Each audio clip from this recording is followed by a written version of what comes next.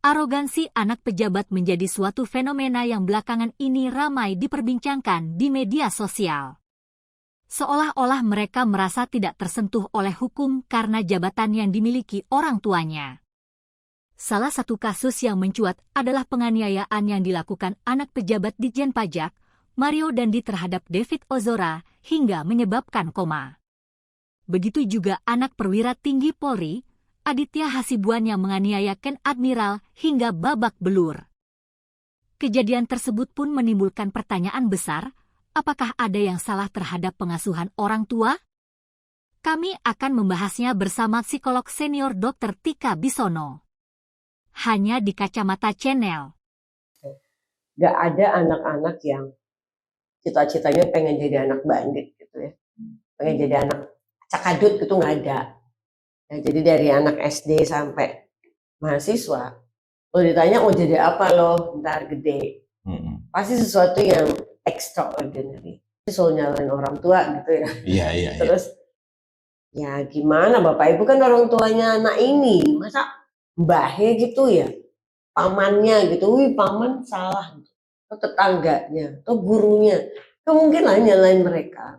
Makanya kenapa banyak keluarga yang mengalami orang tuanya korupsi, orang tuanya cuci uang, orang tuanya selingkuh, orang tuanya poligami. Itu sama sekali empati bahwa anak-anaknya semua terluka, ada, empati nol ya. Tapi juga karena apa ini terjadi, geng orang tua ini nggak ada yang jagain, Mas Lutfi. Geng orang tua itu apa maksudnya? Ya suami istri lah ya, bapak ibu ini, geng orang tua kan mereka berdua nih. Anak-anak tuh nggak jagain. Pak hati-hati ya, Bapak tuh sekarang pejabat publik loh. Ma hati-hati, jangan sampai gratifikasi loh.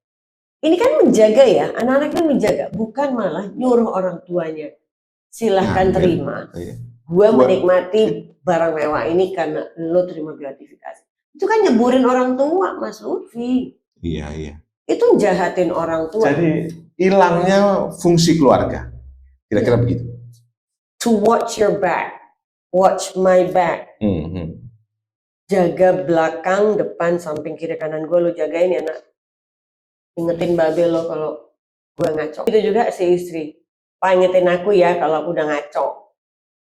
Suaminya juga, mah ingetin aku walaupun aku nggak suka cara yang mama inget itu bawel. Tapi tolong ingetin aku kalau aku ngaco. Dan anak-anak, mah ingetin aku ya kalau aku suka lupa diri. So watching your back, watching somebody else's back is the essence of family. Jadi nggak omdo gitu loh. Orang tua kan banyak yang omdo.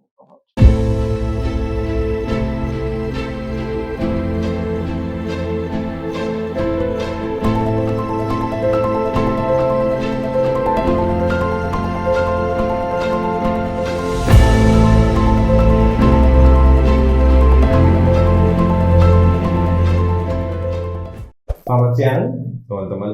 Sekarang kita kedatangan tamu yang Anda mungkin tidak pernah lagi melihat wajah beliau di layar kaca, tetapi beliau tetaplah orang yang banyak energinya, menularkan kebaikan kemana-mana. Kita sambut Mbak Tika Bisono. Halo Mas Lutfi, semuanya juga. Assalamualaikum warahmatullahi wabarakatuh. Waalaikumsalam. Mbak Tika sibuk banget sekarang, masihan kesana kemari as a psikolog. Masih di jalur, pengamat sosial, masih di jalur cepat. Udah mulai ngerem sih, jadi gitu ya. Libatin banyak orang gitu ya. Kan harus tahu diri. Oh gitu ya. Iya lah, ini tonton geblak ya. Umur tidak pernah bisa. Berasa masih kayak 40-an gitu ya. Iya. Kebetulan I'm 62. Gak tahu ya kelihatan apa enggak. Tapi kerjaannya masih kerjaan 40-an, 50-an gitu loh.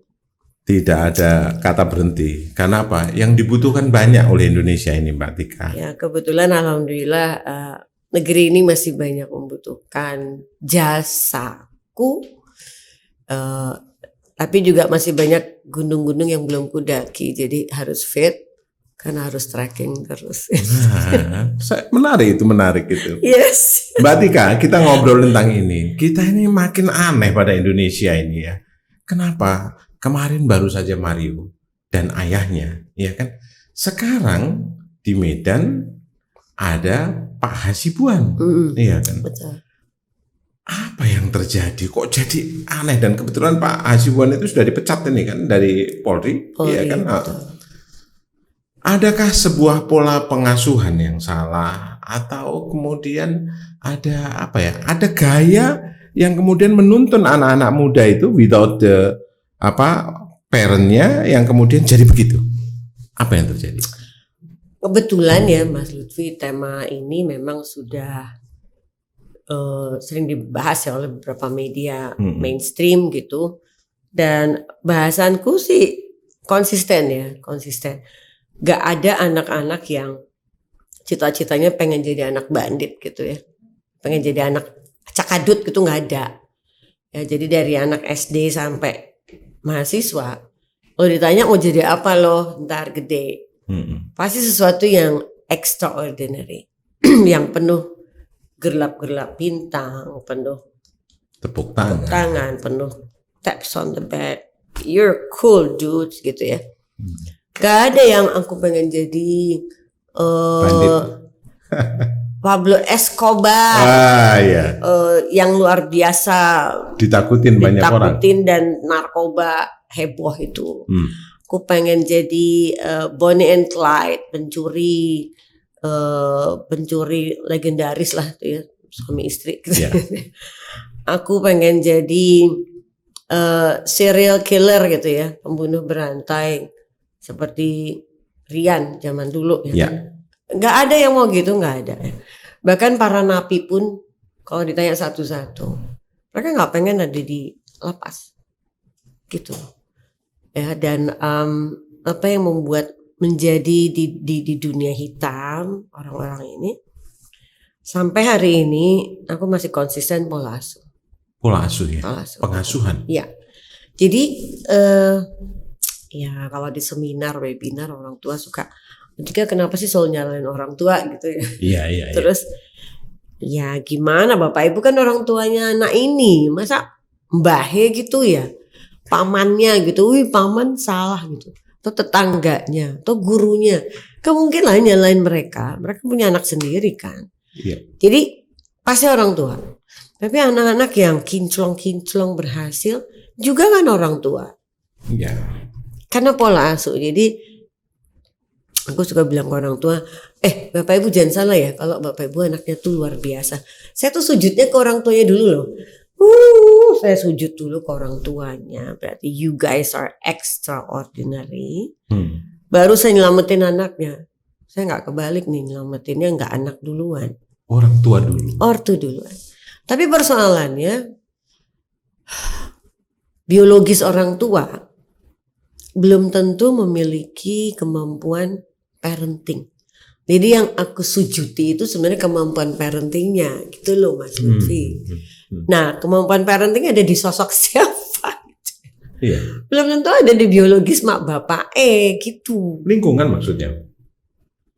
Jadi keorangtuaan itu yang dirasain sama anak-anak itu bisa jadi bukan orang tua biologisnya. Bukan bapak ibu kita di rumah. Yang biologis ya. Yang biologis ya. Belum tentu di dia loh.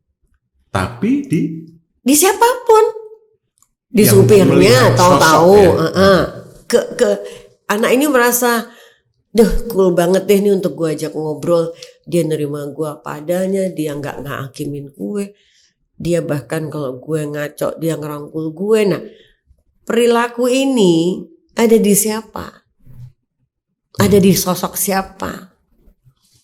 Belum tentu ada di sosok orang tua biologis. Ini banyak sekali Mas Lutfi kasus yang anak-anak nggak ngerasain the warmth of the parenting gitu ya dari sosok biologis ortu. Gitu ya. Banyak banget dari oke lah tante, om, kakek, nenek lah itu kalau lingkungan keluarga ya. Bisa sepupu yang tua umurnya misalnya, atau orang tua sahabatnya, gurunya, guru ekskul, even satpam, even penjaga kuburan. Serius. Jadi pernah dicerita, emang satu kasus sih cuman ya. Tapi dia cerita bahwa anaknya apa cucunya yang meninggal gitu. Ke situ tuh cuma mau ngobrol sama dia gitu. Penjaga makam. Jadi aku juga yang holy moly, even parenting ada di dia gitu ya. Jadi kalau begitu persoalannya, sebetulnya yang rusak ini apa? Lingkungannya, lingkungan besar, lingkungan makro, atau keluarga? Kalau ngelihat situasi yang sekarang. Aku sih cepet ya ngomongnya keluarga, Mas Lutfi. Keluarga ini kan sebenarnya inti ya, keluarga inti yang harusnya, kalau kita ngomong teori harusnya nih ya, tempat di mana yang paling mengenal anggotanya. Iya. Without second doubt lah, nggak ada keraguan bahwa gue nggak kenal lu, kok lu aneh sih, apaan sih aneh-aneh begini, kok jadi ngaco gini sih emosinya. Nah, nggak ada pertanyaan gitu, karena keluarga itu tempat yang harusnya paling bisa menerima realitasan ya dari tiap anggota keluarga, baik ayah, ibu, anak-anak, even yang lain yang tinggal di situ ya kan, anggota yang lain tinggal di situ. Karena di situ harusnya yang terjadi itu komunikasi itu yang murni. Apalagi itu komunikasi yang murni tanpa basa-basi. Nggak kemasan. Gimana itu? Bahasa kemasan tuh kan, well, Indonesia banget gitu loh. Maaf ya. Jadi komunikasi itu kan ada 3 Mas Lutfi. Ada agresif. Agresif itu semua serba memaki lah ya. Iya. Pokoknya ABB lah gitu, ABB kesebut terus. Iya. Itu singkatan itu ABB. Nah, benar nggak dengar ya ini ya. Nah, itu banyak tuh yang semua agresif, itu komunikasi agresif. Nah itu oke, kita udah selesai nih sama keagresifan kita, yang kena oleh kita belum tentu selesai. Yang kedua non asertif. Non asertif ini Indonesia banget. Gak enakan, gak usah diomongin deh, nanti ribut. Daripada tegang, udahlah lupain aja, anggap gak ada. Aduh dia kan lebih tua, gak enak gua ngomongnya gitu. Tapi kan dia kan adiknya si bos. Tapi kan dia anaknya si bos. Gombal banget nih orang gitu. Nah ini banyak kayak gini Indonesia itu. Ini non asertif. Jadi inti sari dari komunikasi yang sesungguhnya yang murni nggak pernah keluar. Yang pernah nyampe ke orang itu nggak pernah nyampe. Yang terakhir asertif. Gitu. Asertif itu bicara apa adanya, langsung berdasarkan fakta, jujur, spontan, tapi tidak menyakiti. Tidak menghakimi, tidak menuduh, tidak menyindir. Jadi murni gitu.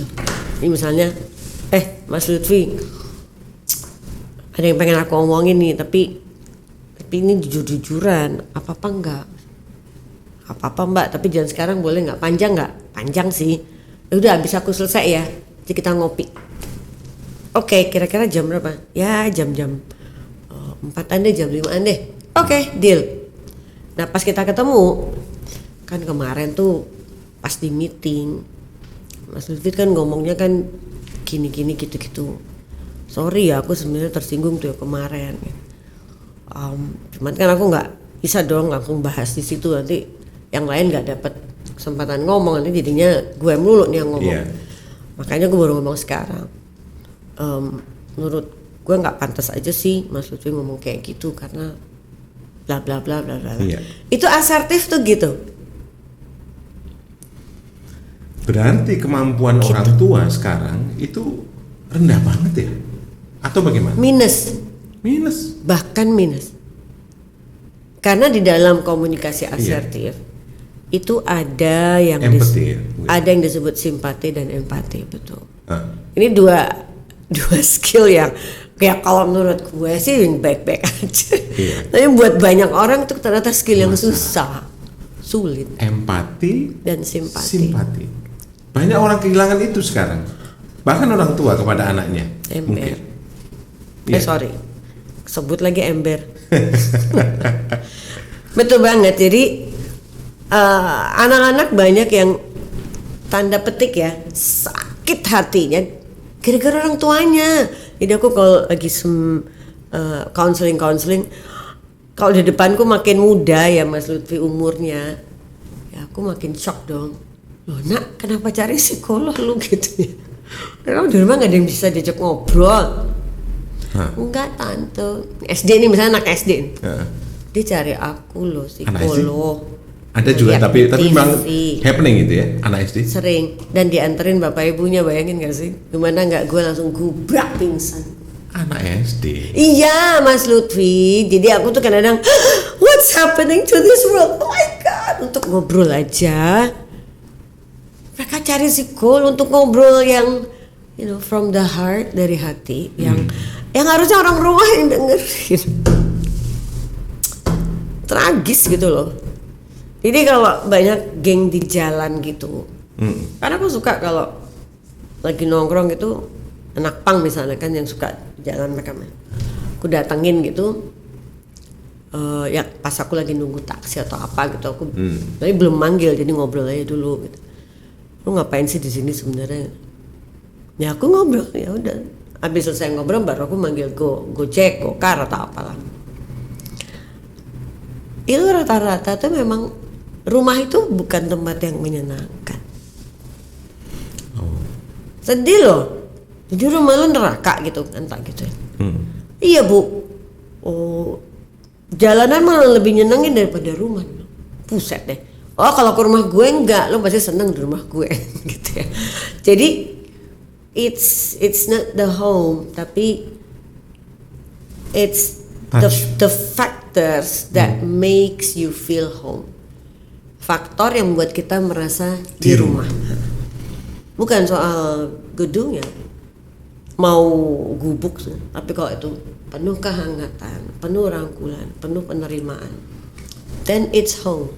Mbak Tika, kalau kayak begitu saya bisa bayangin bagaimana masa depan anak-anak kita kalau kemudian bicara saja tidak bisa, dan kemudian yang terjadi sekarang itu sebetulnya adalah gunung es sebetulnya, menurut saya. Itu betul atau tidak? Sangat betul. Jadi yang nggak ketangkep dengan kita bisa, ya kayak anak jalanan sih aku masih bisa nangkep lah ya. Katakanlah aku masih bisa nongkrong terus ngajak dia ngobrol. Lu udah makan belum, nasi goreng nggak, gue beliin, misalnya gitu ya. Nah yang di rumah singgah, habis di rumah singgah kabur, apa kabarnya tuh? Atau di rumah yang bapak ibunya kerja, misalnya pemulung atau apa, kelas bawah lah gitu ya, yang mereka juga korban sodomi, para pria dewasa dan sebagainya, atau korban apa namanya itu, rape, pemerkosaan orang rumah. Orang rumah yang dekat ya, yang dekat emang keluarga. Ya jadi incest begitu gitu. Dan nggak bisa ngomong, dan ada hamil dan diem aja, anaknya dilahirin, hamil lagi anaknya dilahirin, diem aja sampai media mencium itu baru jebret. Nah ini kan yang sering aku tegur, marahin itu Pak RT dan Pak RW, kerjaan lu apa aja? Ini sering aku tegur kalau kegiatan apapun, karena RT itu kan membawai sekian kakak ya Mas Lutfi. Berapa sih kakak yang lu kuasain gitu loh. RW ya sekian RT kan gitu ya. Tapi kalau mereka itu fokus yang ke situ, itu kan komunikasi yang rutin kan terjadi. Intense, gitu ya. Loh. Tapi kalau aku nanya gitu ya, jawaban entah Karang Taruna atau mak-mak majelis taklim, Mbak Tika mereka mana pernah di sini, paling cari duit tuh Mbak ke pejabat-pejabat gitu ya jawabannya. Jadi nggak ngurusin lo nih yang sekian kakak, boro-boro Mbak gitu ya. Itu yang ngomong mereka sendiri loh Mas Lutfi. Karena aku kan memang selalu ngecek geng 7 pendekar. Nah aku tuh punya istilah 7 pendekar yang paling bertanggung jawab terhadap kemaslahatan masyarakat ya. Direct. Itu 7 pendekar. Apa saja itu? Sama geng RW. RW itu yang singkatannya rukun warga itu loh. Warganya kagak rukun. Terus geng RT singkatannya rukun tetangga. Boro-boro kenal tetangga. Siapa lu? Nggak kenal. Of course not. Apalagi kalau rumah yang isinya kontraktor melulu tuh. Boro-boro ada yang kenal. Pengen tahu aja enggak. Kemudian geng PKK, mak-mak nih ya. Aku banyak berharap sama geng mak-mak, tapi ternyata mereka cuma ngurusin organisasinya sendiri. Bodoh amat. Misalnya ada tetangga yang diundang nih, ibu-ibu nggak pernah datang, emang pernah didatengin rumahnya, ibu kenapa kalau diundang nggak pernah datang? Enggak. Nah ini sama nih kelakuannya dengan ibu-ibu majelis taklim. Ini juga pulang dari sana, masak langsung buat keluarganya, boro-boro datengin kakak yang diundang nggak pernah datang sama geng majelis taklim. Jadi aku beberapa kali seminar di mak-mak ini, ya aku tegur soal beginian. Ya waktunya nggak ada butika, masaknya kapan? Itu terserah lo masaknya kapan, datengin dulu tuh tetangga lo yang lo nggak pernah kenal itu. Iya sih bu, harus yang gitu-gitu lah ya. Gitu-gitu. Kelima, Karang Taruna. Ini geng muda loh ini. But kalau nggak tawuran kelakuan Karang Taruna itu, atau ya emang nggak ngurusin atau ngerangkul anak-anak muda yang ada di RT itu aja. Tahu nggak punya kegiatan memang. Banyak kegiatannya. Ya aku pernah terjun sekali dan gila lu bisa ngurusin segala macam gitu loh ya. Dan bermanfaat. Yang keenam kan ada 7. Tokoh musola. Tokoh musola itu yang ngetem di musola. Dia sih bersihin musola tapi di luar pagar menumpuk sampah dia bodo amat. Jadi tokoh musola ini sebenarnya tokoh yang nggak pembersih sebenarnya. Karena pagar di luar musola dia bodo amat, padahal sampahnya menggunung. Dan terakhir adalah tokoh masyarakat. Ini geng yang punya warung, geng punya warung susu, warung beras. Pokoknya sejahtera lah karena dia punya toko. Dan bisa diutangin, yang gitu-gitu. Habis itu dia menindas yang berhutang. Jadi ini ada 7 Mas Lutfi yang menurutku kalau kakak-kakak ini diopeni sama bertujuh ini oleh isi bertujuh ini, kakak itu diurusin di bertujuh ini. Anak-anak tuh nggak ada yang kapiran dan melentang-melenting nggak karu-karuan. Bahkan tokoh masyarakat kan termasuk yang pejabat udah pensiun ya. Itu disoanin sama geng 7 ini, Pak, ayo ikut nih di kegiatan kita nih, jangan cuman dengan pejabat-pejabat terus gitu ya. Ayo dong ke masyarakat. Sistem sosial kita sudah sangat rusak berarti ya. Parah, makanya rumah rusak, betul. Sosial rusak. Makanya aku tuh suka teriak-teriak gitu ya. Woi, sosiolog, antropolog pada kemana gitu ya. Yang masih lulusan antropologi jarang yang kerja sebagai antropolog, kecuali jadi dosen. Sosiologi lulusannya itu malah kebanyakan ke bank, politik. Emang ngurusin sosiologinya masyarakat? Blas enggak. Nah aku karena memang S2-nya intervensi sosial Mas Lutfi di UI, aku nyemplung memang ke komunitas. Cuman kan di situ kan aku kan psikolog ya, jadi aku teriak-teriak, "Oh si sosiolog antropolog pada kemana lu? Etnograf pada kemana? Etnografolog nih pada kemana?" Aku bengok-bengok dong. Ya maksudnya psikolog sendirian. Iya. Emang cuman gue apa yang ngelarin ke keadaan sosial masyarakat yang enggak toh. Kalau kita ngelihat bahwa begitu susah, begitu sudah fragile ya, dan kemudian rusak begitu, apa yang bisa kita do it gitu loh? Pertanyaan yang gue nggak harap. Iya. Tapi yang pasti we cannot give up ya kan? Kita nggak boleh nyerah. Jadi Ya contohnya deh, aku sekarang kan 62, baru 62. Aku pakai kata-kata baru ya. Dan masih di jalur cepat yang terjun bebas, betul. Sampai ya nyawa diambil yang punya, ya. Tapi paling enggak biar Allah tahu bahwa gua nggak pernah berhenti untuk melakukan yang harus dilakukan. Dan within our competence, yang sesuai dengan kemampuan kita aja. Gitu loh Mas Lutfi. Ya, jadi nggak usah bicara lebih besar pasak daripada tiang ya, karena toh kita nggak sanggup yang lebih besar, karena setiap layer, setiap lingkaran-lingkaran komunitas itu, kata Bronfenbrenner gitu ya, itu udah ada kisi-kisi yang memang menangani. Jadi geng penanganan ini itu udah sesuai dengan sudah ada lingkar-lingkarnya masing-masing. Tinggal aktivasi gitu atau gimana? Tinggal begitu gitu ya. Nah, yang rusak kalau menurut hematku ya, memang faktor yang disebut awareness dan nurani. Ini susah banget. Ini dua produk psikologi yang memang paling susah ya. Awareness berarti kan sama sekali nggak ngelihat gitu. Kesadaran. Ya? Jadi beyond panca indera. Iya. Di luar kepanca inderaan. ISP kali ya. ISP NLP. Pokoknya yang berdasarkan indera ke-6. Nah, ini kalau ada orang-orang teman-teman yang punya indera ke-6 gitu ya. Telekinestetik misalnya. Telekinetik pakai kinestetik. Kita bisa baca pikiran orang. Nah, aku nggak punya itu. I don't have that competence. Jadi kalau aku ya udah yang disadari, diindrai, dan dilakukan secara terapan. Aku gitu. Tapi kan ada orang-orang yang bisa membantu secara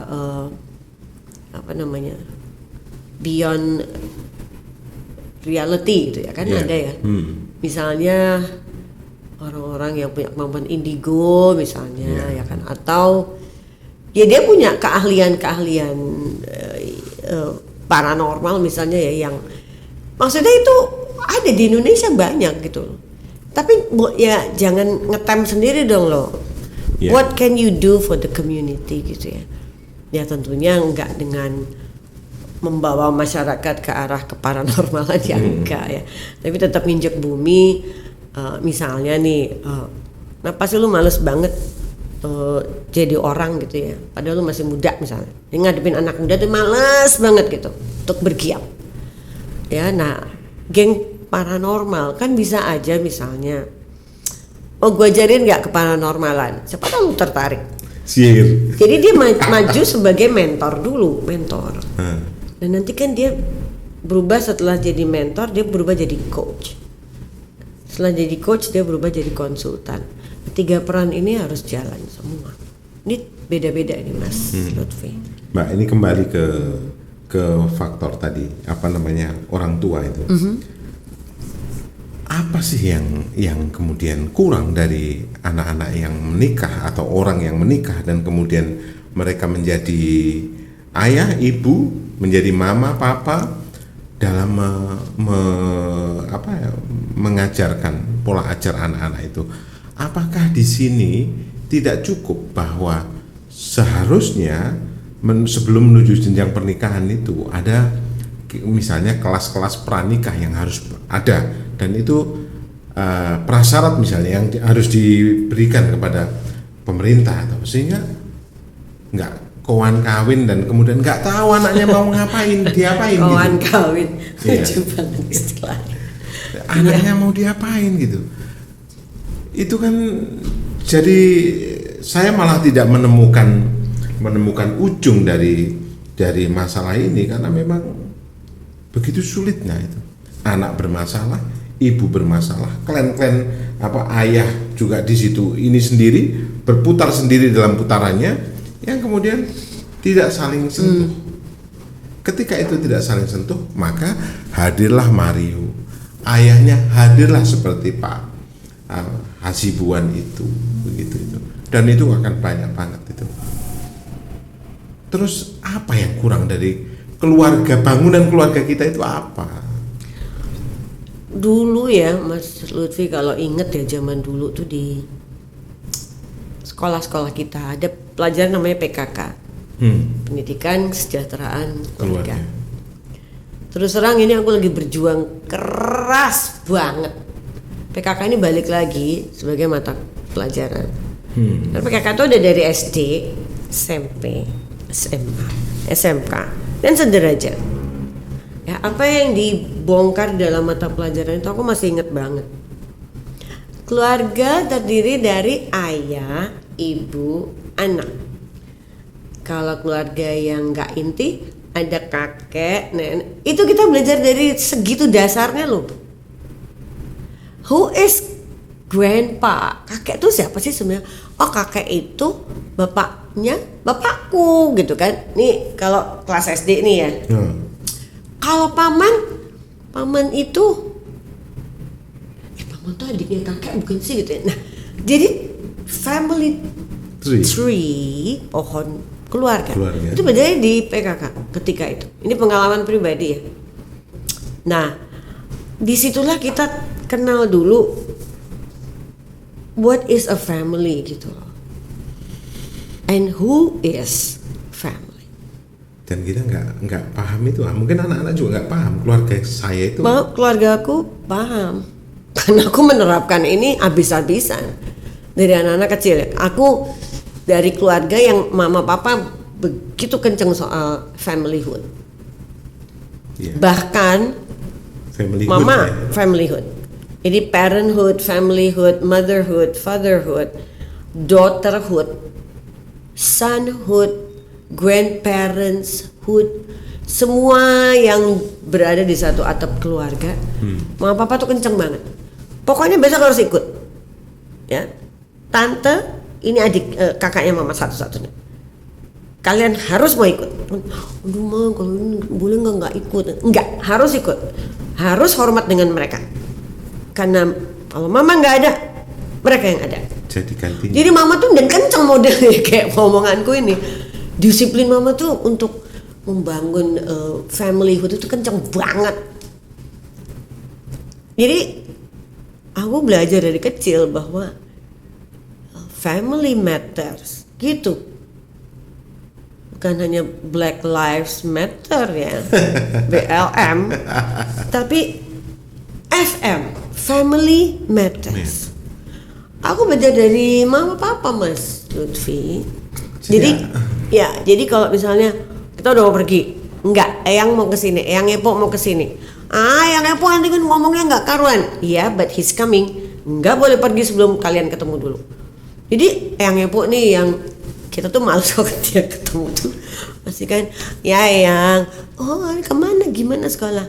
Iya gitu kan, akomodir itu iya Eyang. Tapi nggak boleh pergi sama mama sebelum Eyang Epo tuh datang. Because you have to pay respect dia all the way dari rumahnya ke sini jauh. Kalian mesti hormat, walaupun Eyang Epo itu juga mama juga kesal minta duit dulu misalnya gitu ya. But you have to pay respect.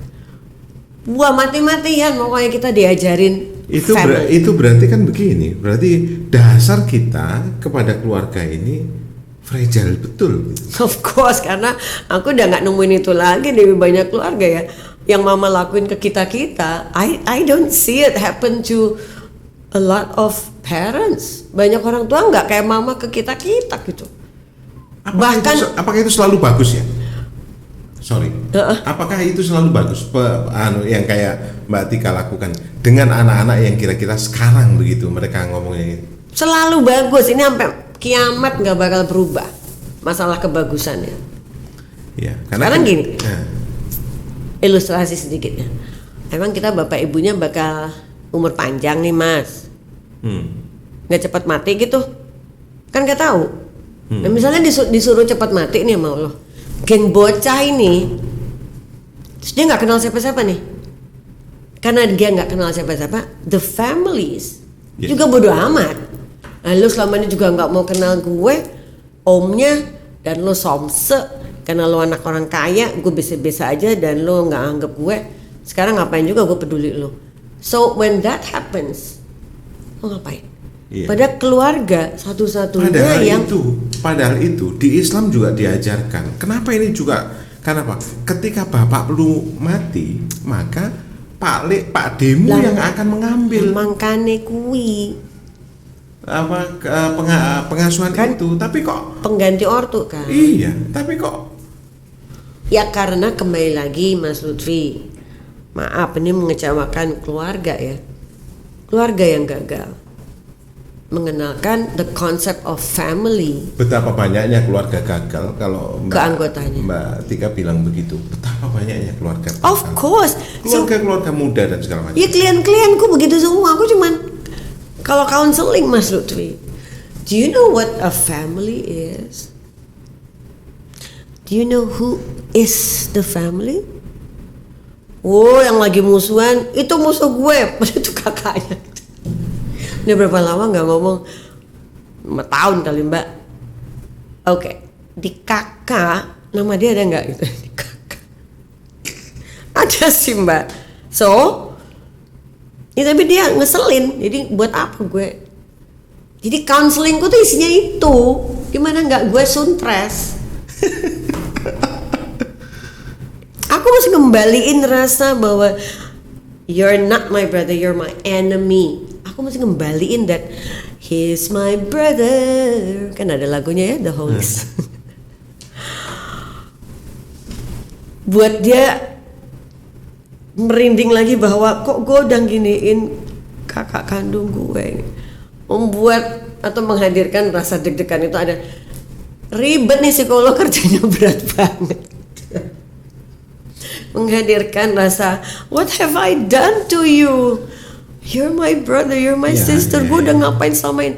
Menghadirkan rasa itu kerja keras Mas. Udah gitu per jamnya kan gak meong-meong amat gitu ya. Jadi tapi toh buat aku kayak panggilan dari jiwa lah ya. Enggak sih, Allah yang nyuruh sih. Lo kan jadi psikolog ya. Dan gue yang buat lo jadi psikolog, bukan karena lo sukses sendiri. Gue yang membuat lo jadi psikolog. So, karena lo jadi psikolog, lo mesti ngerjain ini. Peace, aku suka ngeliat kakak. Tapi lo bantu gue juga ya, karena gue sendirian gue nggak sanggup nih. Panggilan jiwa lah ya. Panggilan profesi. Panggilan profesi. Tapi habis stres loh Mas Lutfi. Keluarga kaya raya, nggak 7 turunan kali ya, 17 turunan kali. But they don't have the sense of familyhood. Pecah. Terus ada temanku lawyer, Mbak Tika, aku disuruh mengelola warisan 7 triliun. What?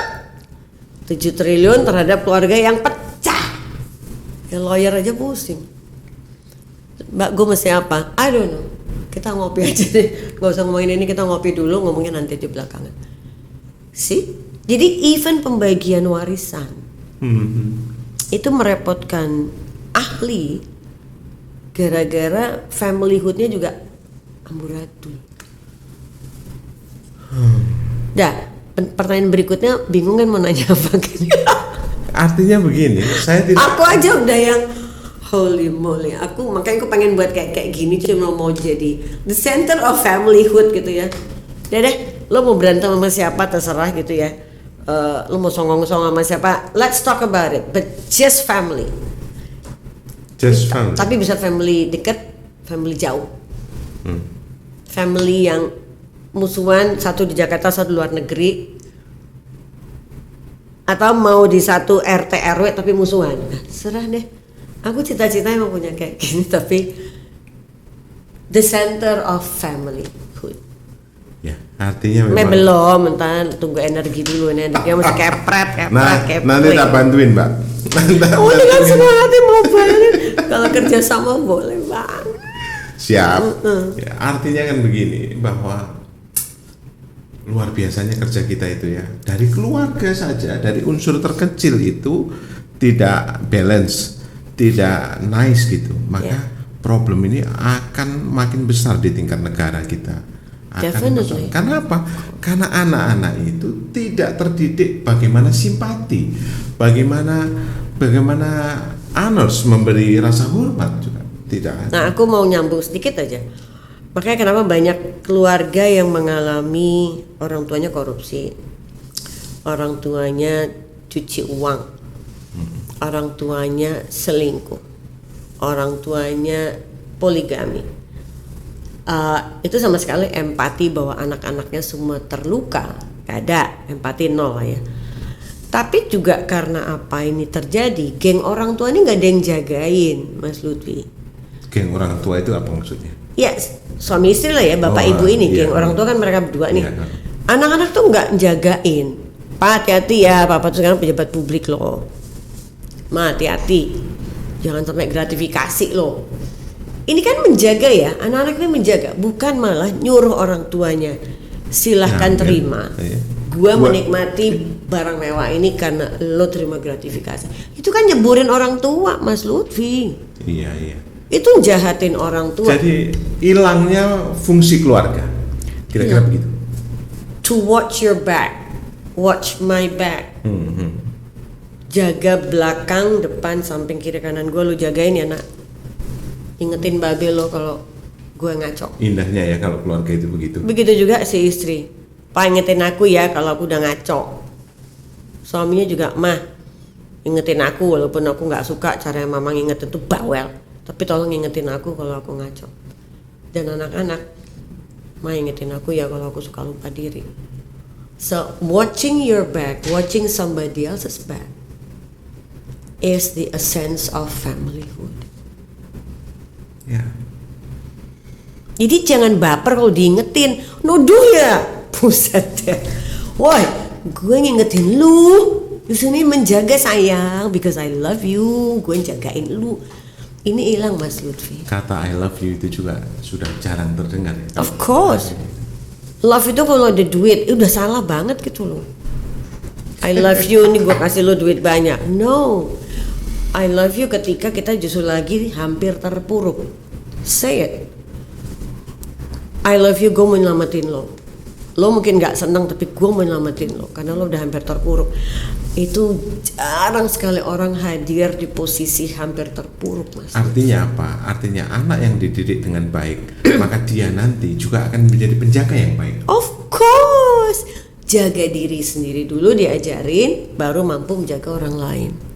Yes. Tapi jaga diri dulu diajarin.